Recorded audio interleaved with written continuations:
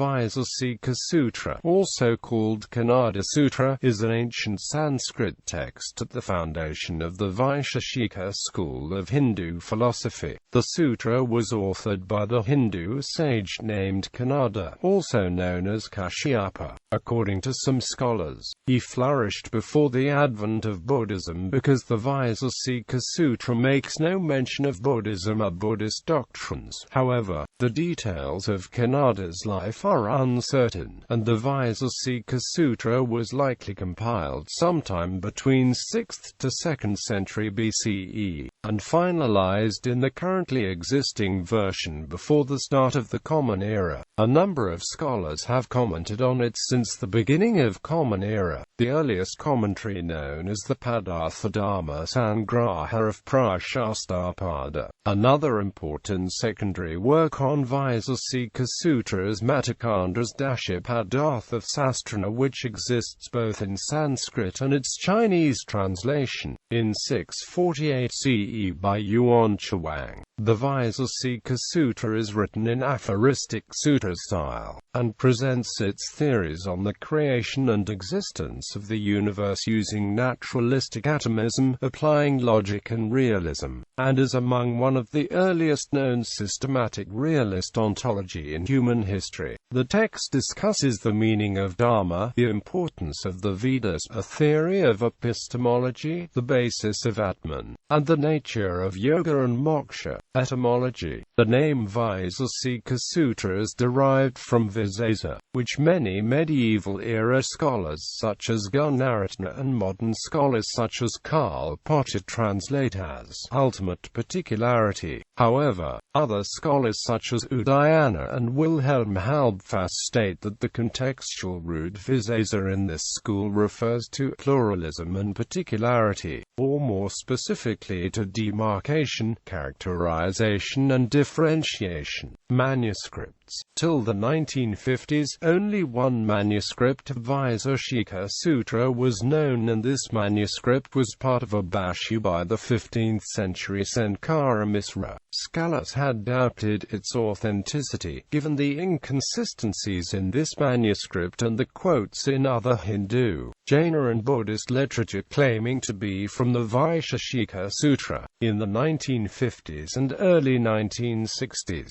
new manuscripts of Vaiśeṣika Sūtra were discovered in distant parts of India, which were later identified as this sutra. These newer manuscripts are quite different, more consistent with the historical literature, and suggests that, like other major texts and scriptures of Hinduism, Vaiśeṣika Sūtra too suffered interpolations, errors in transmission and distortion over time. A critical edition of the Vaiśeṣika Sūtra is now available. Date. The Vaisheshika Sutras mention the doctrines of competing schools of Indian philosophy such as Samkhya and Mimamsa, but make no mention of Buddhism, which has led scholars in more recent publications to posit estimates of 6th to 2nd century BCE. A critical edition studies of Vaisheshika Sutras manuscripts discovered after 1950, suggest that the text attributed to Kanada existed in a finalized form sometime between 200 BCE and the start of the Common Era, with the possibility that its key doctrines are much older. Multiple Hindu texts dated to the 1st and 2nd century CE, such as the Mahavivasa and Jainana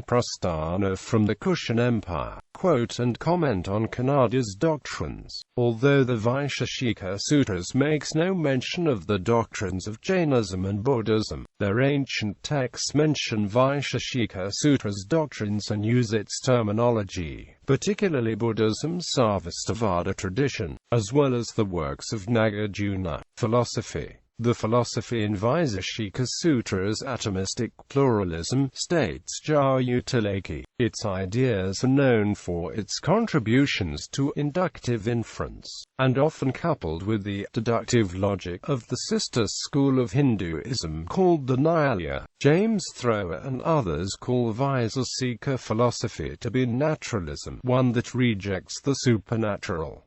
The text states, there are 9 constituents of realities, 4 classes of atoms, space, time, direction, infinity of souls, mind. Every object of creation is made of atoms which in turn connect with each other to form molecules. Atoms are eternal, and the combinations constitute the empirical material world. Individual souls are eternal and pervade material body for a time. There are 7 categories of experience: substance, quality, activity, generality, particularity, inherence and non-existence. Several traits of substances are given as color, taste, smell, touch, number, size, the separate, coupling and uncoupling, priority and posterity, comprehension, pleasure and pain, attraction and revulsion, and wishes. Like many foundational texts of classical schools of Hindu philosophy, God is not mentioned in the sutra, and the text is non-theistic. Content. The critical edition of the Vaiśeṣika Sutras are divided into 10 chapters, each subdivided into 2 sections called anakas. In the first chapter, Kanada opens his sutra with definitions of Dharma, the importance of the Vedas and his goals. The text states Matlal, then defines and describes 3 categories and their causal aspects: substance, quality and action. He explains the differences, similarities and relationships between these 3. The second part of first chapter defines and explains a universal, a particular and the hierarchical relationship. Kanada states that it is from combination of particulars that some universals emerge. The second chapter of the Vaiśeṣika Sutras presents 5 substances, each with a distinct quality. Kanada argues that all except air and space is verifiable by perception, while existence of invisible air is established by inference. In the third chapter, Kanada states his premises about Atman and its validity. In the fourth chapter discusses the body and its adjuncts. In the fifth chapter, action connected with the body and action connected with the mind are investigated. The text defines and discusses yoga and moksha, asserting that self-knowledge is the means to spiritual liberation. In this chapter, Kanada mentions various natural phenomena such as the falling of objects to ground, rising of fire upwards, the growth of grass upwards, the nature of rainfall and thunderstorms, the flow of liquids, the movement towards a magnet, among many others. He then attempts to integrate his observations with his theories, and classifies phenomenon into 2, those caused by volition and those caused by subject-object conjunctions. In the sixth chapter, punya and papa are examined both as moral precepts and is discussed in the Vedas and Upanishads. In the seventh chapter discusses qualities such as color and taste as a function of heat, time, object and subject. Kanada dedicates a significant number of sutras to his theory and importance of measurement. In the eighth chapter, Kanada dwells on nature of cognition and reality, arguing that cognition is a function of the object and subject. Some sutras are unclear, such as one on Artha, which Kanada states is applicable only to substance, quality and action, as Chapter 1. In the ninth chapter, Kanada discusses epistemology, particularly the nature of perception, inference and human reasoning process. In the final 10th chapter, the text focuses on soul, its attributes and threefold causes. Kanada asserts that human happiness and suffering is linked to ignorance, confusion and knowledge of the soul. He develops his theories of efficient cause, karma, body, mind, cognition and memory to present his thesis. He mentions meditation as a means of soul knowledge.